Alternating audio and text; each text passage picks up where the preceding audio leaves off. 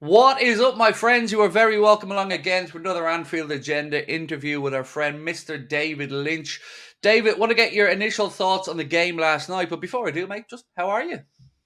Yeah, not too bad. It always makes my job easier when Liverpool are winning, so everyone's happy. Everyone wants to read your stuff. So yeah, I'm in a good place at the moment. It's been a really good start to the season, so that makes everything easier.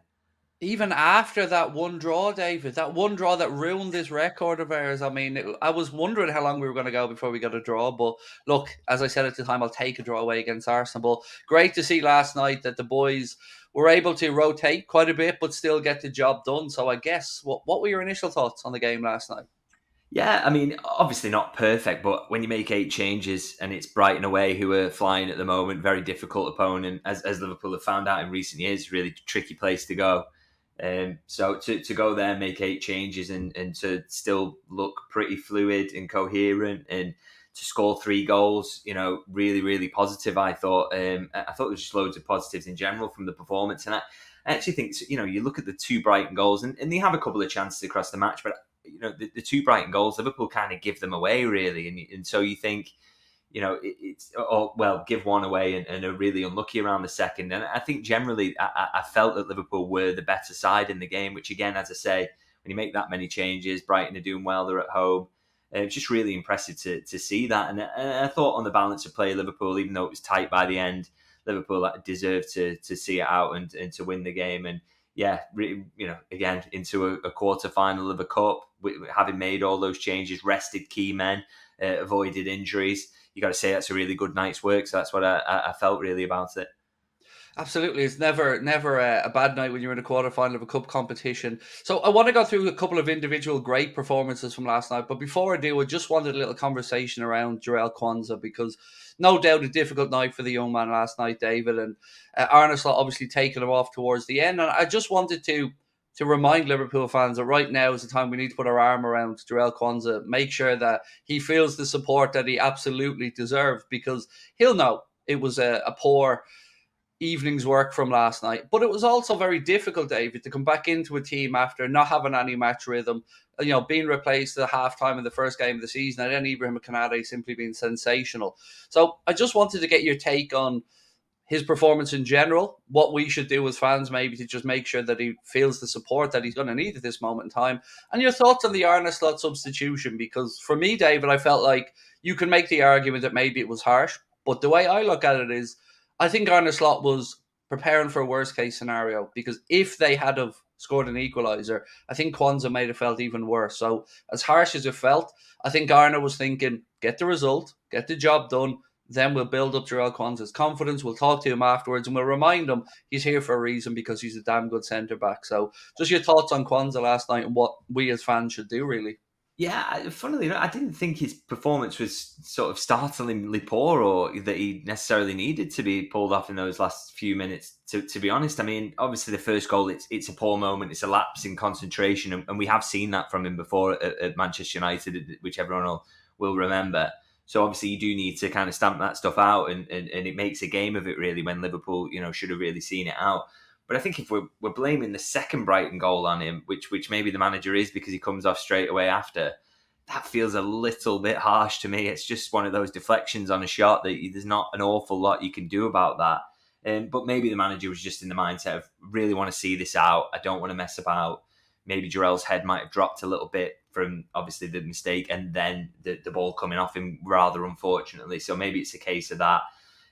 But ultimately, he is still an unbelievable young defender. I mean, he's only 21 years of age. I saw a good post on social media earlier today, actually saying that at this age, Van Dijk was playing with Groningen in the Dutch league. I don't think anyone thought at that point he was going to be the best defender in the world. So Quanza's already sort of ahead of him on that mark. He's playing for Liverpool and playing well and got a lot of games under his belt. So.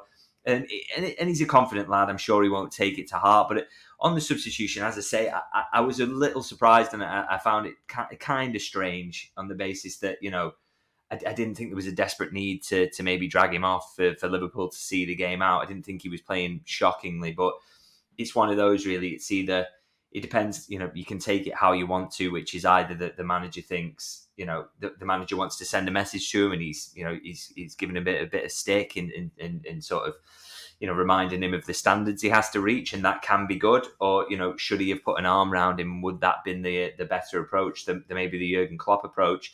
And I guess the results will dictate how we sort of perceive this, in terms of, if things continue to go well, we will say it's a good decision. If things start to go poorly, we'll say Slot got it wrong. His management's poor. So it's one of those situations. But I've no doubt that I'd like to think every Liverpool fan appreciates his quality and what he's doing at this age for a centre half, in a position where experience is absolutely vital as well. I think every supporter understands how good he is, and I've no doubt he'll get support from fans in terms of getting over this moment. But also, I don't really think he'll take it too much to heart either. So yeah, just one of those that I didn't really expect to happen last night. But yeah, I'm sure he'll bounce back from that pretty quickly.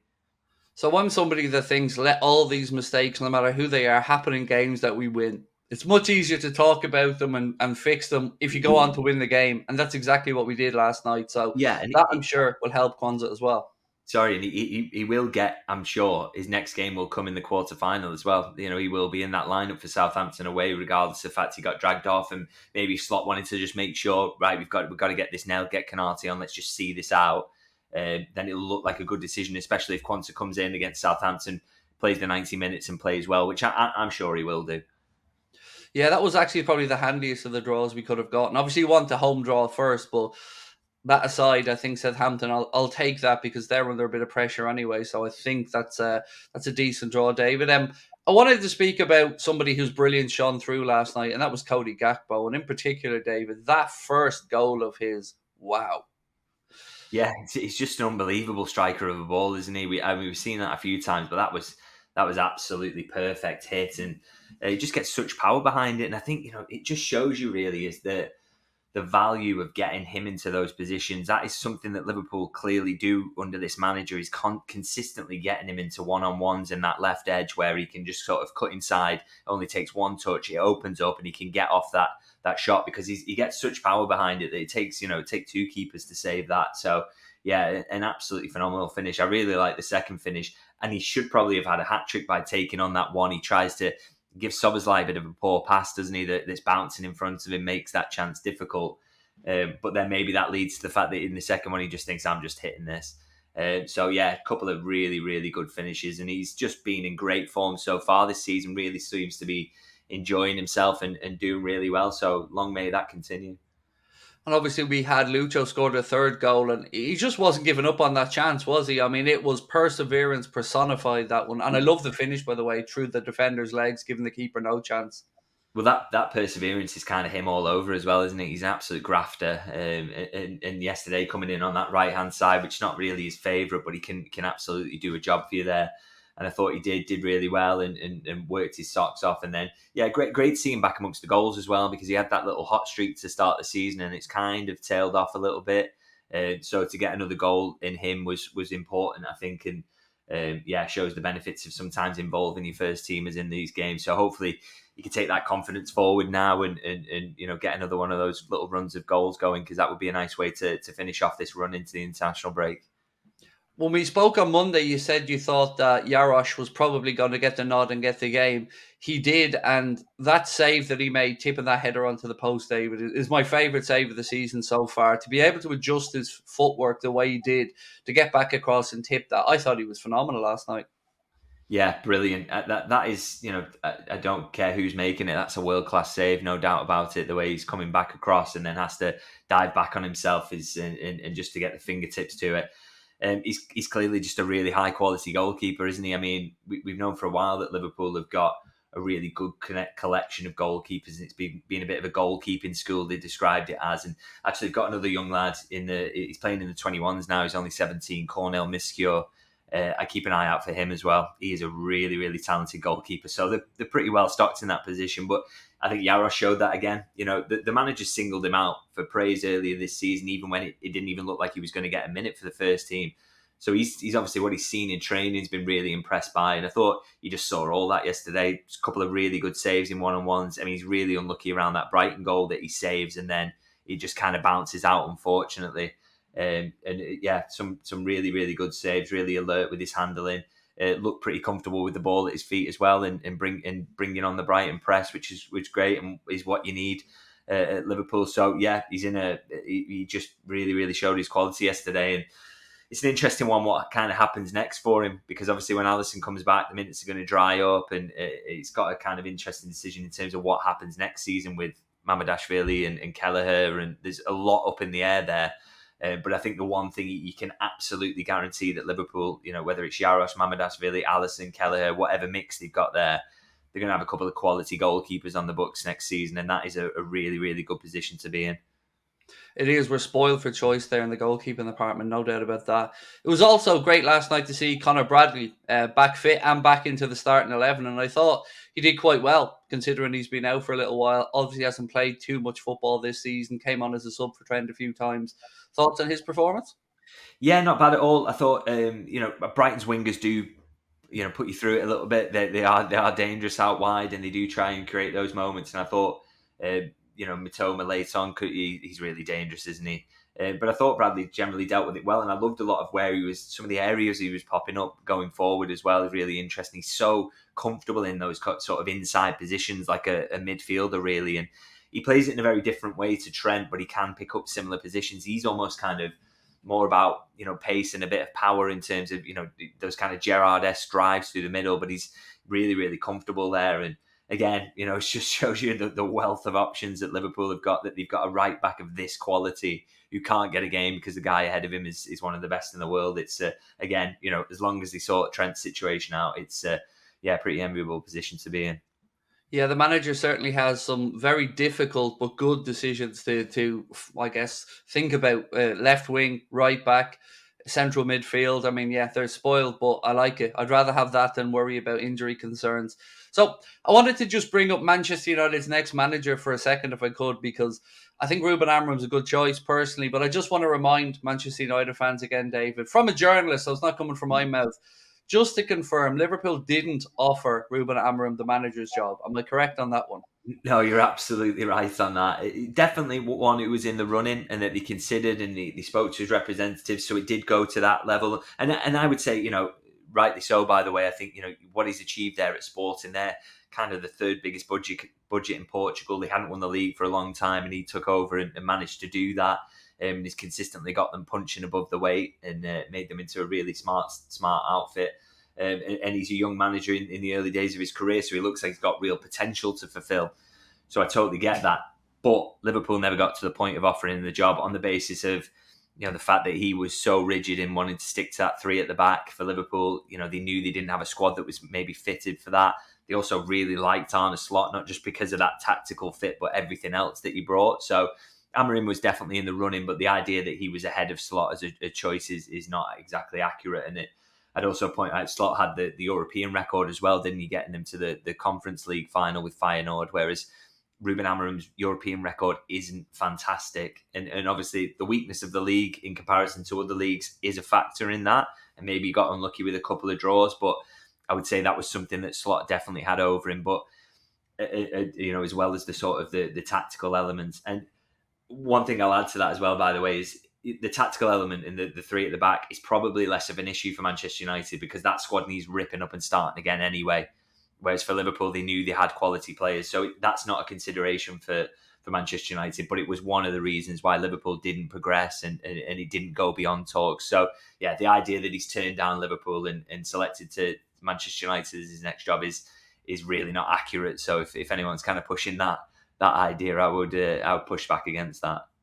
Good, and thank you. Because, sometimes these words are lost when I say them or another Liverpool fan says them somewhere. So it's good to have somebody who was reporting on the issues at the time, letting us know exactly how that one panned out. I wanted to get your thoughts on the Bal Andor for a moment, but before I do, I personally think Rodri is a deserving winner. I think Vinicius Junior is a wonderful footballer, David, as well. But I have to say, I find it a little bit galling to sit here and hear Real Madrid talk about not going where they aren't respected. This is the club, David, who are sticking two fingers up to the Champions League to go off and be founder members of a Super League, and they have the cheek to speak to UEFA and UEFA delegates and family and clubs about respect. I found it completely unnecessary, if I'm being honest with you, and I found the whole thing very petty. I was watching Miguel Delaney speaking about it on Sky Sports back pages, and he was saying that Real Madrid were supposed to have a delegation of 50 going to the Ballon d'Or ceremony. You obviously had Carlo Ancelotti winning Coach of the Year, again, very deserved. Real Madrid winning Team of the Year, and they didn't show up. Look back at the days where we had Ronaldo and Messi. It was always one or the other, but they were there. Both of them showed up begrudgingly to applaud the other one and just show their class on and off the pitch. I felt like Real Madrid let themselves down a little bit there, but I wanted to get your thoughts on the whole situation, and of course a deserving winner in Rodri. Yeah, so with Real Madrid, I just don't get it either. I mean, there's a club there that inarguably the biggest football club in the world. A lot kind of goes their way. That there's a lot for them to be happy about, and they feel like they've been snubbed in this situation. I just don't quite get it. And what I don't get about it as well is the idea that there was no argument it had to be Vinicius Junior. Now, I think he's an unbelievable footballer, by the way, and he could tear Liverpool limb from limb in this game that's coming up. Maybe you never know. He's that good. He's that dangerous, and that's the threat there. But as good as he is, I never felt like, oh, well, he has to win the Bal Andor. There's just no doubt that he's the one who deserves it, because that Real Madrid team that won the Champions League, won the league, was fantastic. But there were a few stars there who could have had the argument. Jude Bellingham never seems to be coming into this discussion, where I thought he was pretty much their main man for a lot of last season. I thought he was, and they don't seem to be pushing the idea he should have been close to it, which I kind of don't get. And I don't think you should just win it on the basis of being the outlet, the goal scorer in the team that wins the Champions League and then wins the league in one of the top leagues. I don't get that. It has to be more than that. It has to be the best player. And for me, the most influential player and the biggest player was Rodri. I totally agreed with that take, in the sense that, what he did, if you took him out of Manchester City, and we will actually find this out this season, they're already out the League Cup. I know it's looking ominous in the league. They're already top, but I think they're a bigger test for them to come. And, I just think he was the most influential player in world football over the course of the last year. And as you say, a deserving winner, to not just winning the Premier League, going deep in the Champions League, winning the Euros as well. There's nobody in world football who can get near his level in that position on the pitch. And it's a key position for what City and Spain did. So I thought it was a deserving winner. I actually think Real Madrid not showing up on the basis of him winning is complete disrespect to Rodri and how good he is, in that they're dismissing the idea that he was good enough to win it, rather than thinking it might have been close between him and Vinicius. And I just don't understand that approach at all. And it's sour grapes in a club that gets a lot of things going their way, and not really nice to see. So a couple of more things just for me to add to that one. With regards to them not showing up because he didn't win it, we know only too well what a vote split looks like. When that year, when Virgil, we thought, should have won it, and it was split between himself, Mohamed Salah and Sadio Mane, because they all had great seasons. My mind immediately went to what you spoke about there, about Jude Bellingham, Vinicius Junior, and other players at Real Madrid who had a very good season. Maybe the vote was split a little bit. On top of all of that, it was Spain's first winner in 63 years, and you've got the leading Spanish club snubbing the award ceremony. It all just feels a little bit unnecessary. Well, this is it. And there's talk as well today that maybe Real Madrid are kind of interested in Rodri. I mean, I wonder what he thinks about the fact that they think he's such a poor player, he shouldn't be anywhere near winning the Ballon d'Or on that basis. So interesting to see how that kind of plays out. But yeah, just really petty, poor behaviour not to go, really. And not fair to Rodri that he's made to feel like that in what should be a huge moment for him. And the discussion should centre on the fact that he is a phenomenal footballer. And by the way, Vinicius Junior, I'm sure he will have chances to win it again. He's still very young. He's incredible. He's got every chance to get better as well. So they don't need to throw the toys out the pram because he hasn't won it this year. I agree. While we're speaking about Spanish football, there was a bit of a mad one came out, and we were talking about this just briefly before we went live.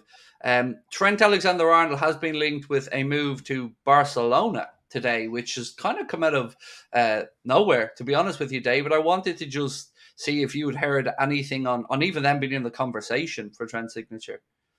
Well, it's an interesting one, isn't it? Because, we're all thinking about Real Madrid and they seem like the obvious option for him. But, why wouldn't a club like Barcelona be in the mix, I guess, for a player, certainly for a player on a free transfer when I know, they've been through financial troubles recently, but a free transfer is there to be had, isn't it?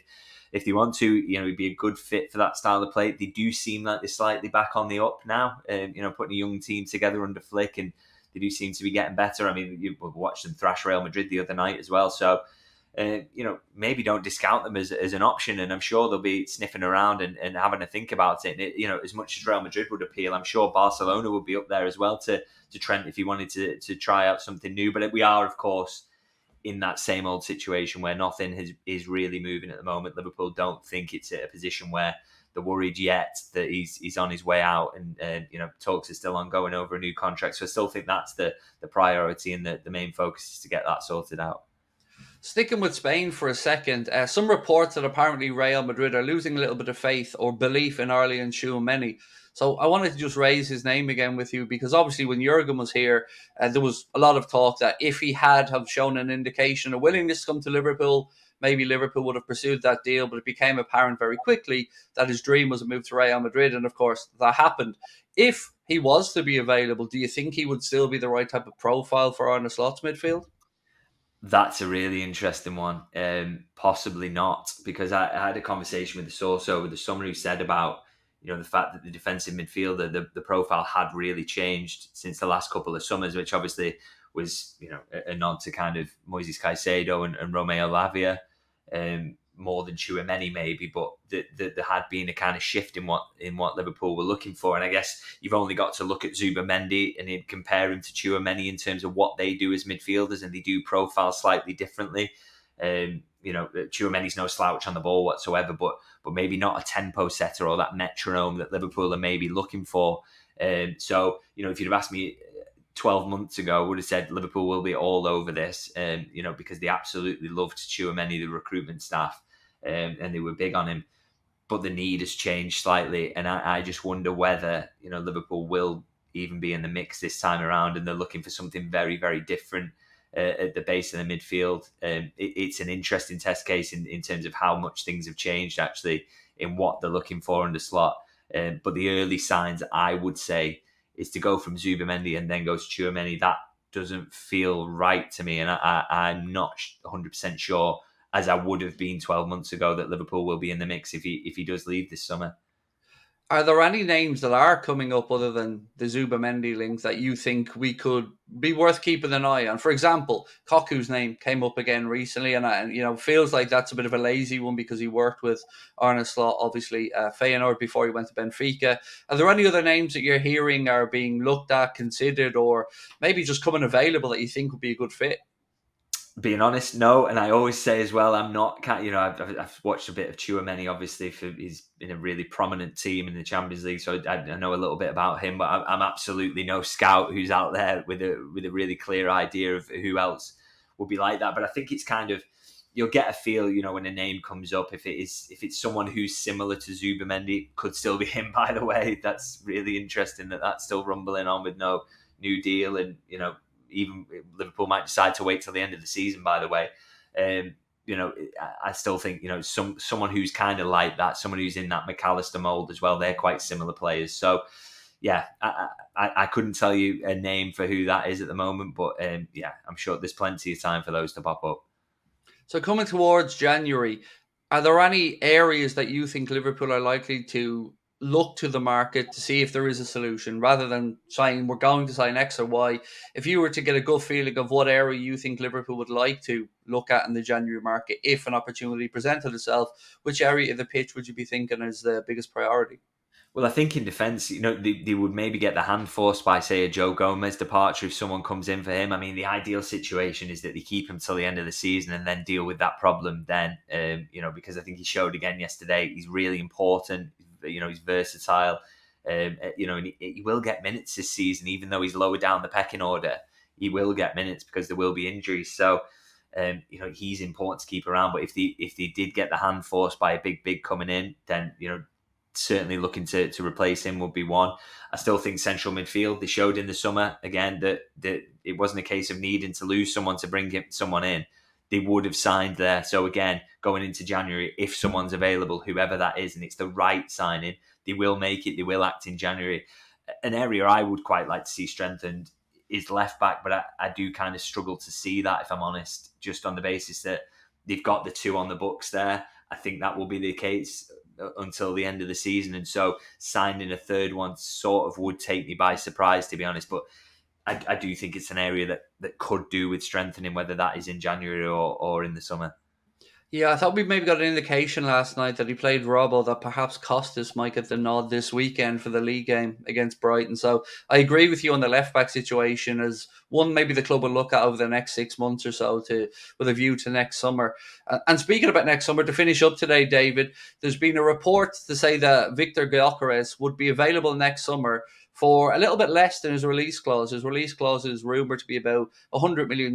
Florian Plettenberg said that Liverpool have interest, a lot of other clubs have interest, and that there's an agreement between himself and Sporting that he'd be available for maybe 60 to 70 million euro. Do you think he's the type of profile of forward, if we needed to look to the market, that Liverpool would show interest in? I'd be really surprised, to be honest. Just age-wise, the league he's scoring in, I just think there are too many question marks there for and price really as well. I think Liverpool would think that they could do better, or and it sounds mad, by the way. I know people are really high on him at the moment, but he scored a lot of goals in the Championship. He scored a lot of goals in the Portuguese league, but I'm not sure they are great measures of how you would adapt to the Premier League. And I do not think he would score at this rate if he was playing in the Premier League week in, week out, to be honest. And I just think, because he's one of those as well who, it's so high profile what he's doing at the moment, I think he'll attract a lot of big clubs. It will probably turn into a little bit of a bidding war. It's one of those that I just don't think Liverpool will get sucked into. And I think if they do need a forward, which depends on what happens with Mo Salah's contract, and obviously whether, if Darwin Núñez keeps putting performances together, they may not think that they need a centre forward. There's a few sort of spinning plates going on there. And a lot would have to come together for Gyökeres to end up at Liverpool. And I personally just really, really don't see it for quite a few reasons, to be honest.